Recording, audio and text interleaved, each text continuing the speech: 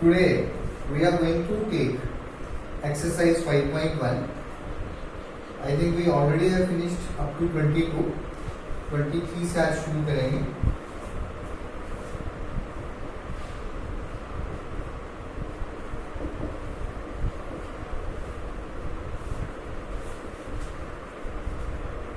Find all points of discontinuity. Function given है.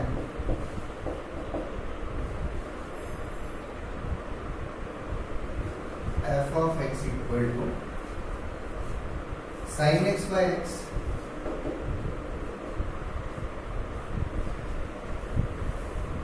if x is less than 0, x plus 1 if x is greater than or equal to. अब देखें, अगर ये discontinuous होगा तो 0 पे होगा. अगर 0 पे भी कंटिन्यूटी बन जाती है फंक्शन की, तो इसका मतलब है किसी भी पॉइंट पे डिसकंटिन्यूअस नहीं है. सो let me start. We want to check the function at x equal to 0. So I am taking limit x goes to 0 from the left hand side f of x. क्या बनेगा function? इसमें बनेगा limit x goes to 0 from the left hand side. Left hand side हो गया 0 से थोड़ा सा छोटा. छोटा होगा तो फंक्शन बनेगा sin x upon x. Limit इसको कैसे लिखेंगे? h goes to 0. मैं फिर बताता हूँ, हम पुट करते हैं x को 0 माइनस h. तो as x goes to 0 तो h भी 0 को अप्रोच करेगा. साइन ऑफ x की जगह क्या लिखेंगे? 0 minus h upon 0 minus h. This implies limit h goes to 0. Sine of ये बनेगा sine of minus h. Sine of minus theta होता है माइनस साइन थीटा, तो ये बन जाएगा minus sine h upon 0 minus h बना माइनस एच. तो ये बन गया limit h goes to 0 sine h upon h that is equal to 1. तो ये माइनस कैंसिल होगा तो साइन एच बाय एच आ जाएगा. Now I am taking limit h goes to 0 from the right hand side. From the right hand side f of x. अब देखते हैं function क्या बनेगा. Limit x goes to 0 from the right hand side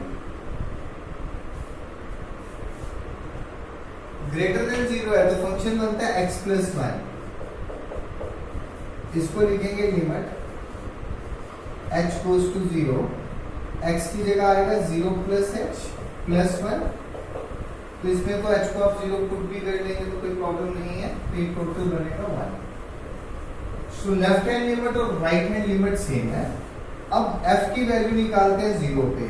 अगर exactly 0 हो तो function यही लेंगे, x को 0 पुट करो, 0 प्लस 1 बनेगा ये, दैट इज इक्वल टू 1. तीनों इक्वल है. मैं लिखता हूँ because limit x goes to 0 f of x, यानी कि लेफ्ट हैंड लिमिट और राइट हैंड लिमिट को मैंने कंबाइन करके लिख दिया, दोनों इक्वल है. कि limit x goes to 0 f of x is equal to f of 0. Therefore it is continuous at x equal to 0. Therefore function is continuous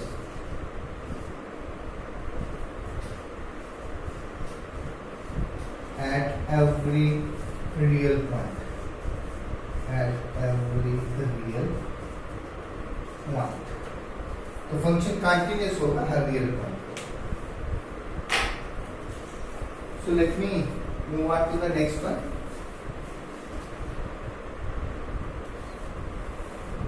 next question देखें 24.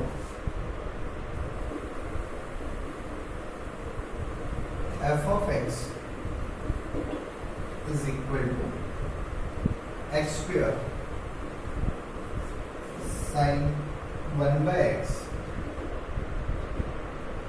if x is not equal to 0. 0 if x equal to 0. Again, we have to check whether the function is continuous or not. अगर ये 0 पे continuous हो जाता तो हर point पे continuous हो जाएगा. Let me check the continuity at x equal to 0. Let me take limit x goes to 0 from the left hand side. अगर लेफ्ट हैंड साइड है यानी कि 0 से थोड़ा सा छोटा, that means it is not equal to 0, तो function आएगा, सीधा लिख रहा हूँ, it is x square sin 1 upon x. So the same can be written as limit h goes to 0 और x की जगह कितना आ जाएगा 0 माइनस h का whole square into sine 1 upon 0 minus h is equal to limit h goes to 0. ये आएगा sine 1 upon minus h. तो sine of minus theta minus sine theta होता है, तो minus I take it out, ये minus इससे multiply होगा, तो let me take minus here now and minus h का होल स्क्वायर एच स्क्वायर बन जाएगा और यहाँ रहेगा sine 1 upon h. I think I am clear now. 1 upon minus h को हम लिख सकते थे, मैं लिख देता हूँ एक step, limit h goes to 0, ठीक है, ये बनेगा माइनस एच का होल स्क्वायर, ये बनेगा एच स्क्वायर इंटू ये बनेगा sine of minus 1 by h, तो बनेगा माइनस साइन 1 अपॉन एच और ये माइनस साइन ही हमने बाहर ले लिया. Now this can be written as limit h goes to 0 h square sine 1 by h, इसको मैं लिखता हूँ sine 1 upon h upon 1 upon h, तो ये बन जाएगा इंटू h बाय 1. वो जो h था ये h स्क्वायर से मैं लाया, इस h स्क्वायर को 1 अपॉन h लिखा, तो एक h बच गया, तो मैं यहाँ पे लिख रहा हूँ. Now limit h goes to 0 sine 1 by h upon 1 by h, ये 1 बन जाएगा, ये पूरी क्वांटिटी 1 बनेगी और ये बनेगा limit h goes to 0 h into 1. अब h को 0 पुट कर दें तो ये टोटल 0 बन जाएगा. अब हम लेंगे limit x goes to 0 from the right hand side. पहले था x goes to 0 from the left hand side, तो फंक्शन ये था और अब भी फंक्शन यही रहेगा. When x is not equal to 0 तो फंक्शन तो यही रहेगा, it is x square sin 1 upon x. पहले 0 माइनस x था, अब 0 प्लस h आएगा, 0 माइनस h था, but please see one thing here, यहाँ पे माइनस है और I haven't written the minus here, please make the correction. यहाँ पे माइनस आएगा, then we will get minus here also. Ultimate result same रहेगा बिकॉज ये 0 बन जाएगा, तो दैट इज माइनस 0, वो 0 ही रहेगा. माइनस 0 हो तो उसको we can write 0, there is no problem in that, but we should put minus sign here and here because it was here also. So what I am going to write it now, limit h goes to 0, x की जगह कितना आएगा 0 plus h का whole square और sign कितना बनेगा 0 plus sign 1 upon है, it is sine of 1 upon 0 plus h. तो what I will get, limit h goes to 0, ये h स्क्वायर बन गया, ये बना साइन 1 अपॉन h. इसको भी हम ऐसे ही लिखेंगे, it is limit h goes to 0, एक h यहाँ रहेगा, इस एक h को मैं नीचे ले आऊंगा, उसको बनाऊंगा साइन 1 अपॉन h, ये अपॉन 1 अपॉन h, ठीक है. यही ऊपर जाके दोबारा ये h स्क्वायर बन जाएगा.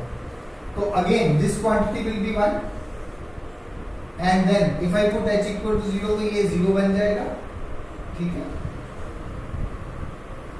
तो I can write directly now this is equal to 0 and let me get the value of f of 0.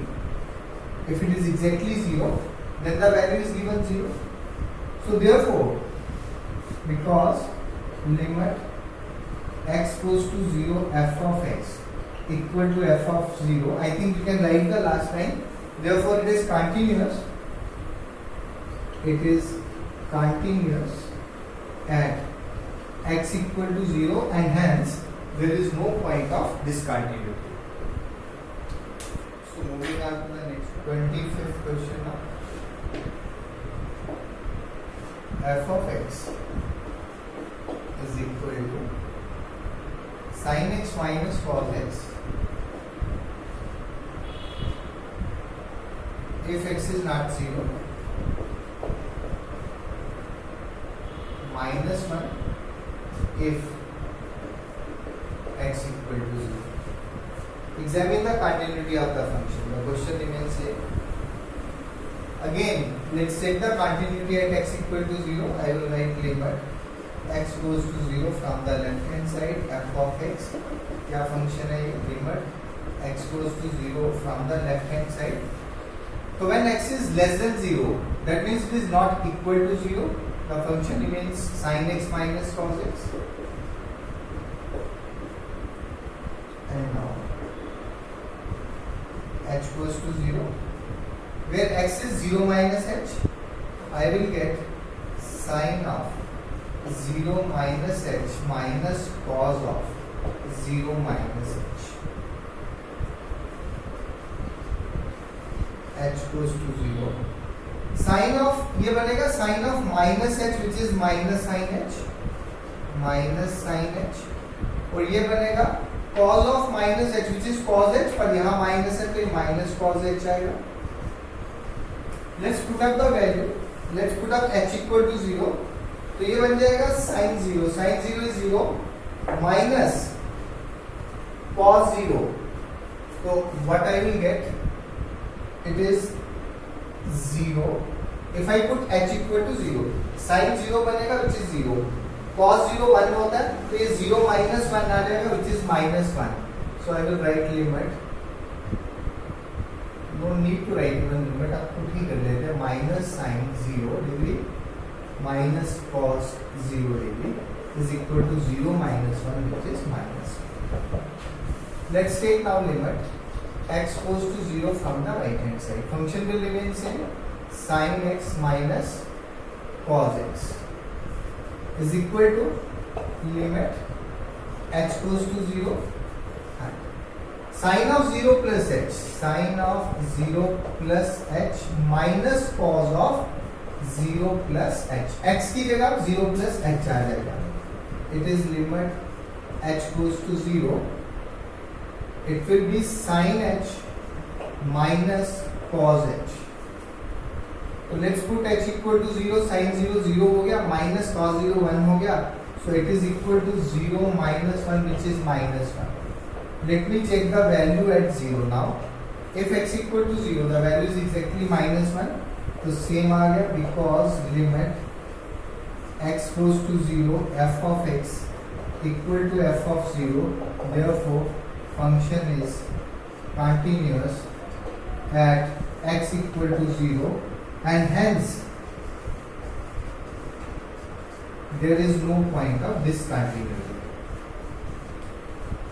There is no point of discontinuity.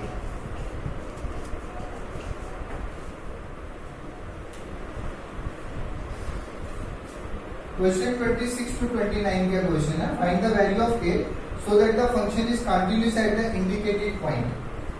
So given f of x equal to k cos x, we are required to get the value of k upon pi minus 2x if x is not equal to pi by 2.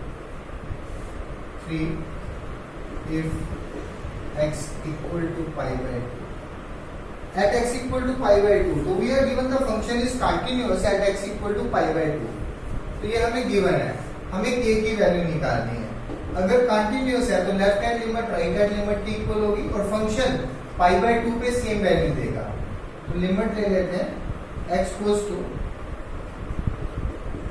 Pi by 2 from the left side, ऊपर माइनस का मतलब है from the left side. Function क्या बनेगा, पाई by 2 से थोड़ा less है यानी कि इसके इक्वल नहीं है, तो फंक्शन ये बनेगा k cos x upon pi minus 2x, right.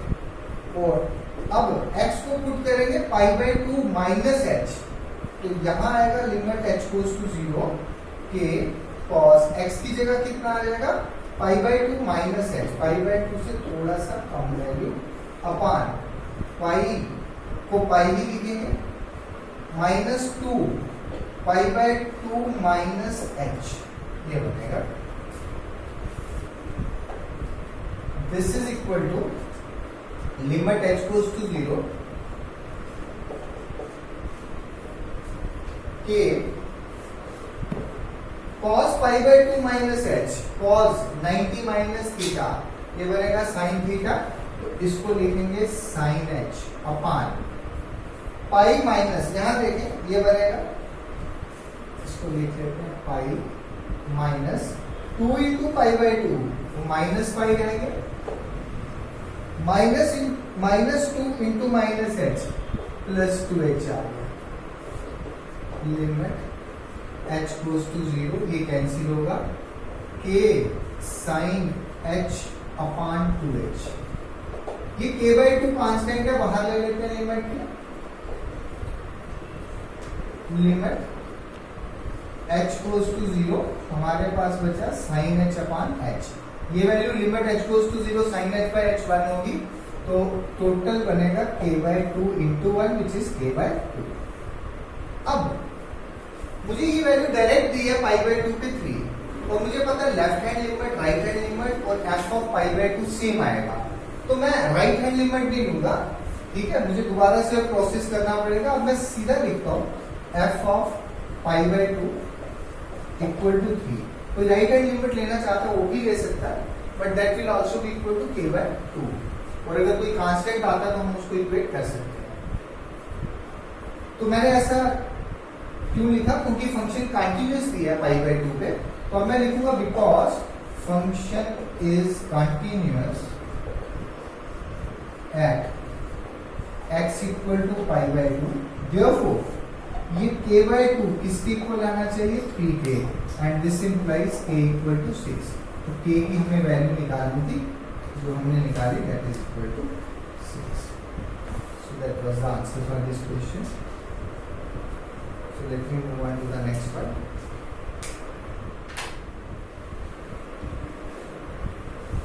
Seventh question now. F of x equal to kx square if x is less than or equal to 2. 3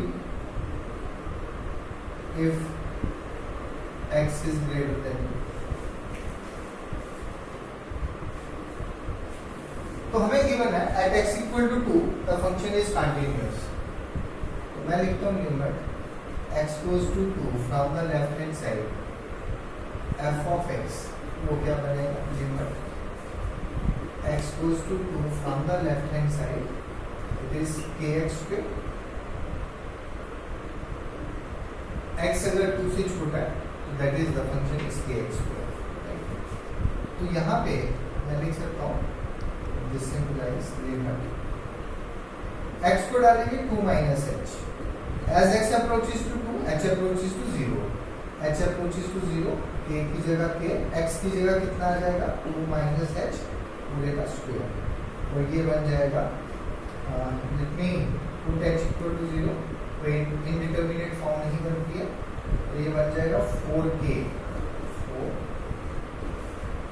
अब लेते हैं लिमिट, अब अगर मैं fx इक्वल टू 2 ले लूंगा, ठीक है, तो वो भी 4 के आएगा, यानी फंक्शन की वैल्यू 2 पे, क्योंकि अगर 2 x 2 के इक्वल है तो फंक्शन ये बनता है, अगर मैं f ऑफ 2 लूंगा तो x को 2 सब्स्टिट्यूट करेंगे बनेगा 4k, तो सेम आ जाएगा, उसका मुझे कोई एडवांटेज नहीं है, तो इस केस में मैं लूंगा let x goes to 2 from the right hand side,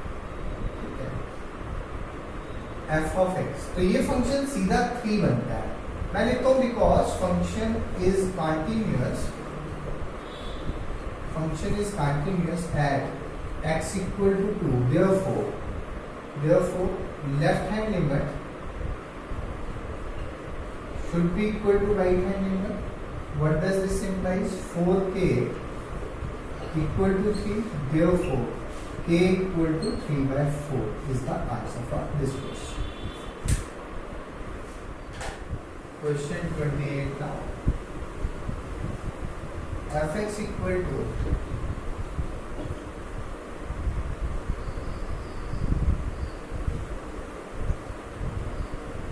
ax plus 1 if x is less than or equal to 5. Cos x if x is greater than 5. At x equal to pi, the function is given continuous at x equal to pi. So we need to get the value of k. मैं लिखता हूँ limit x goes to pi from the left hand side f of x. क्या function बनेगा? limit x goes to pi from the left hand side. That means x is less than pi. Function बना k x plus 1. clear? तो यहाँ पे x को put करेंगे pi minus h as x goes to pi h goes to 0 के x की जगह कितना आ जाएगा pi minus h plus 1 equal to, और अगर h में आप लिमिट ले लेते हो h को 0 पुट करता हूँ तो ये बनेगा k pi plus 1 k pi plus 1. Now, instead of taking right hand limit, it is better I take the value straight away at x equal to pi. यहाँ पे आ जाएगा f of pi. That is equal to, नहीं, again, let me take greater than pi. Let me take this case now, because अगर मैं f of pi लेता हूँ तो वो भी exactly यही बनता है कि मेरे को x की जगह pi सब्स्टिट्यूट करना है, वो भी k pi plus 1 बनेगा. तो therefore I am going to take the right hand limit in this case so that I can take this function. दोनों सेम आ जाएंगे, उसको कोई बेनिफिट नहीं है. तो मैं आप ले रहा हूँ limit x goes to pi from the right hand side f of x. तो ये फंक्शन क्या बनेगा? Limit x goes to pi from the right hand side. x अगर pi से थोड़ा सा बड़ा है तो ये cos x बनेगा. तो अब मैं इसको लिखूंगा limit h goes to 0 cos of pi plus h. अब x की जगह क्या लिखेंगे? pi plus h. As x goes to pi, h will go to 0. cos pi plus theta ये थर्ड क्वाड्रेंट में आएगा. सबसे पहले cos थर्ड में नेगेटिव होता है, साइन नेगेटिव बना, कन्वर्शन नहीं होगी और ये बनेगा limit h goes to 0.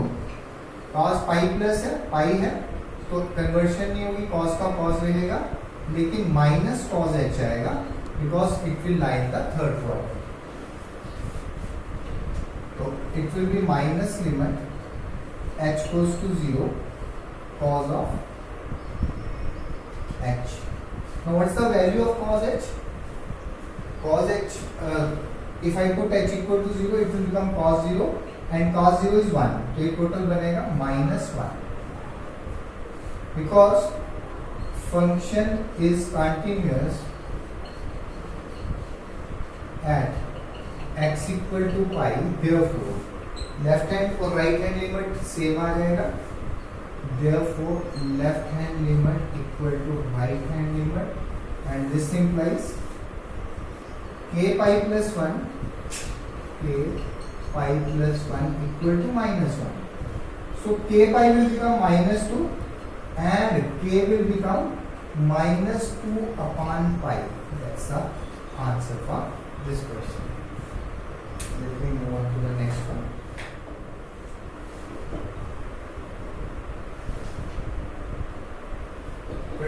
Question now. fx कितना गिवन है? k x plus 1 if x is less than or equal to 5. 3x minus 5 if x is greater than 5. And it is given it is continuous at x equal to 5. We need to get the value of k. सबसे पहले limit ले लेते हैं x goes to 5 from the left hand side f of x, और वो क्या बनेगा, limit x goes to 5 from the left hand side kx plus 1. Therefore limit h goes to 0, x को पुट करेंगे 5 minus h, as x goes to 5 h will go to 0, k x की जगह आएगा 5 minus h plus 1 and this will become total I will get 5k plus 1.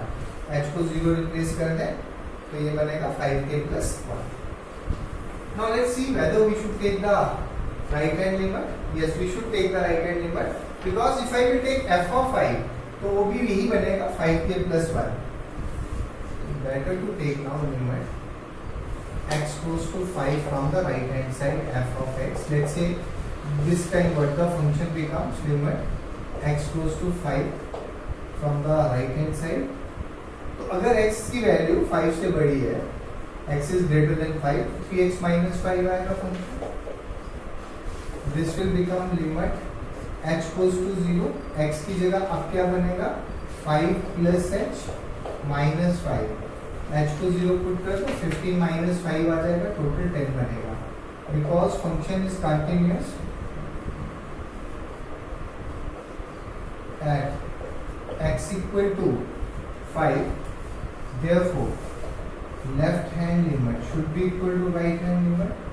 What does this imply? 5k plus 1 equal to 10, therefore k equal to 9 by 5.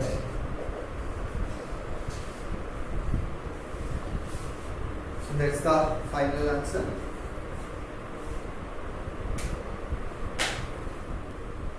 Question 30 on we started. It is f of x equal to 5 if x is less than or equal to ax plus b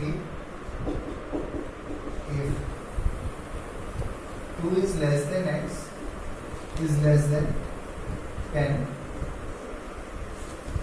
21 if x is greater than or equal to 10. The question is find the value of a and b such that the function is continuous.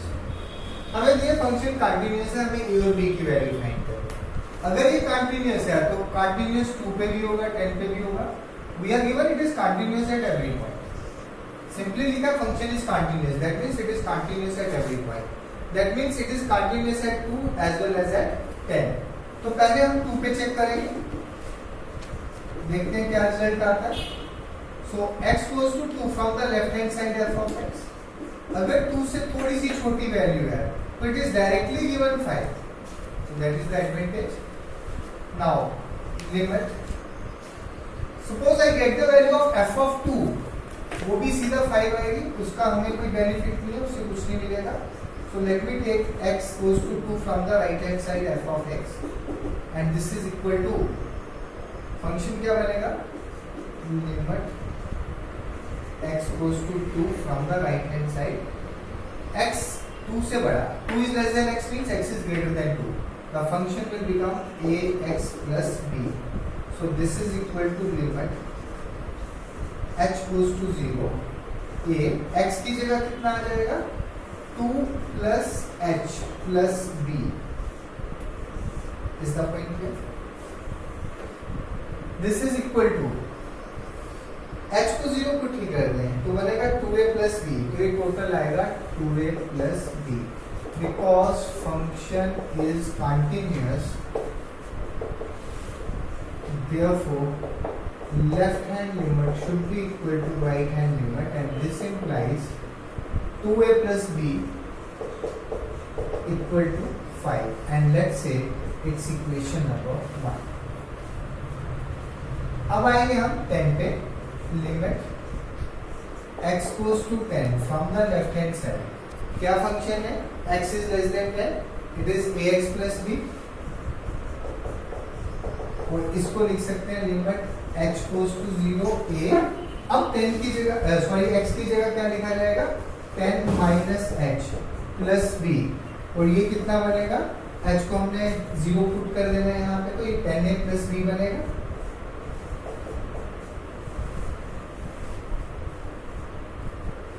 अब लेते हैं सीधा f of 10 की value ले लेते हैं, या अगर आप ये भी लेना चाहें राइट हैंड लिमिट, वो भी सेम आएगा. x goes to 10 from the right hand side f of x. अगर x की वैल्यू 10 से बड़ी है सीधा 21 है, because function is continuous.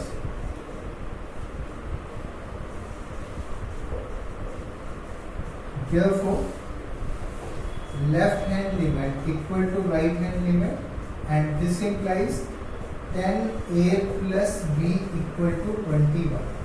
So this is equation number 2. दो इक्वेशंस बन गई, लीनियर इक्वेशंस है. We know how to solve it. Subtract कर लेते हैं 1 and 2. Subtract 1 from 2 कर ले, 1 from 2. 10a minus 2a कितना बना? 8a plus b minus b 0 बन गया, 8a रहा, इज इक्वल टू 21 माइनस 5 16 बना.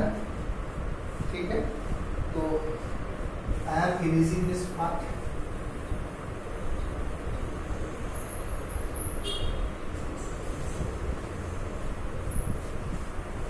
एट ए इक्वल टू 16 है, because 8a equal to 16. So this implies a equal to 2. a की वैल्यू आ गई. सब्स्टिट्यूट कर ले वैल्यू किस में? 1 में या 2 में? किसी में कर ले. Substitute value of a in equation 1. तो ये बनेगा 2 into 2 4. 4 plus b equal to 5. So b की वैल्यू कितनी आ जाएगी? 1 आ जाएगी. Therefore a equal to 2 and b equal to 1 is the final answer. Question 31 now. Show that the function defined by fx equal to cos of x square is a continuous function. हमें show करना है ये continuous है. मैं suppose कर लेता हूँ g of x एक फंक्शन है cos x and h of x is a function x square. हमने पढ़ा cos x is continuous. cos x का sin x का हमने इसका प्रूफ किया था कि कंटिन्यूअस है फंक्शंस. मैं लिखता हूँ because gx is continuous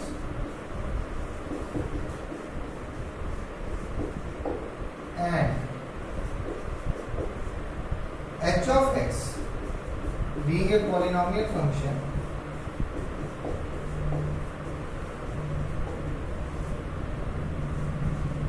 is continuous. ये भी continuous होगा. हमने ये भी पढ़ा था if f of x, अगर दो फंक्शन है fx gx दोनों continuous है तो f of g भी continuous होगा. This implies g of h of x is continuous. ठीक है, या अगर पहले आप ये लिख लें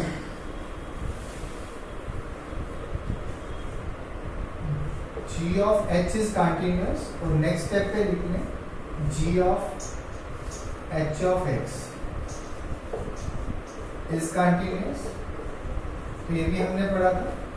Provided the composition should exist, it is continuous if both the functions are continuous. G of, what is h of x? h of x is x square. ठीक है, this is continuous. This implies gx क्या है? gx है cos x, पर अब x की जगह कितना लिखा है? x square, तो यहाँ आ जाएगा cos of x square is continuous. That's all in this question. 32 now. Show that the function is equal to mod cos x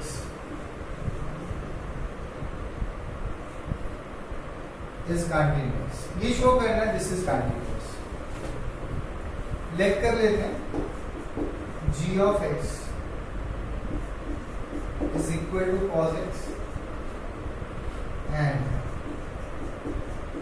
h of x is equal to mod of x. Because अब सीधा लिख दूं gx and h of x are continuous functions.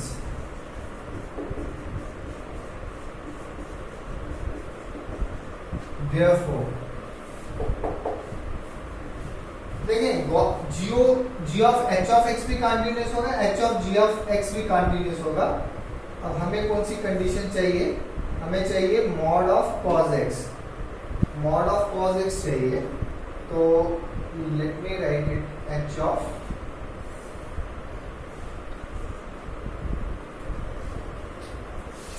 g of x is continuous. This implies h of g of x is continuous. This implies h. What is g of x? It is cos x is continuous, and this implies what is h of x? It is mod of x. mod डाला, ठीक है, और लिख दिया cos x is continuous. So that's all in this one.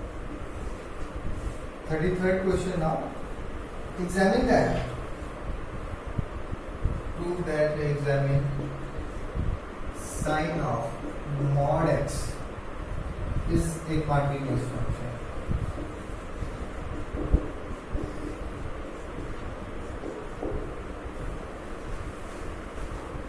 Late कर लेते हैं f of x is equal to sin x, g of x equal to mod x, because f of x and g of x are continuous functions.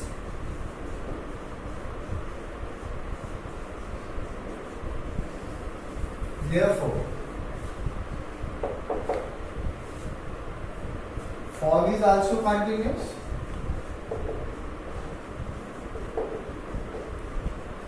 This implies f of g of x is continuous. This implies what is g of x? It is mod of x.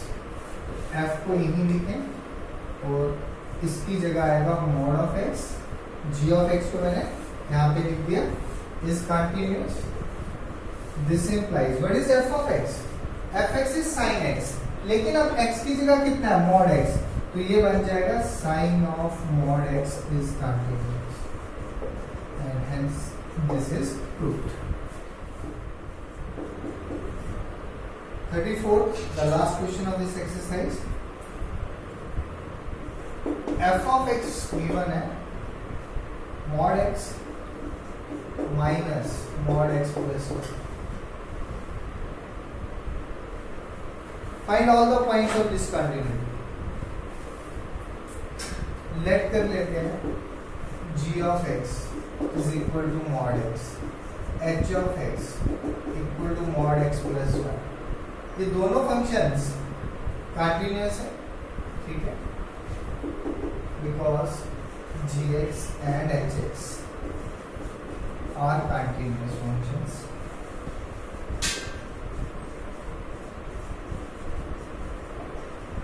Therefore,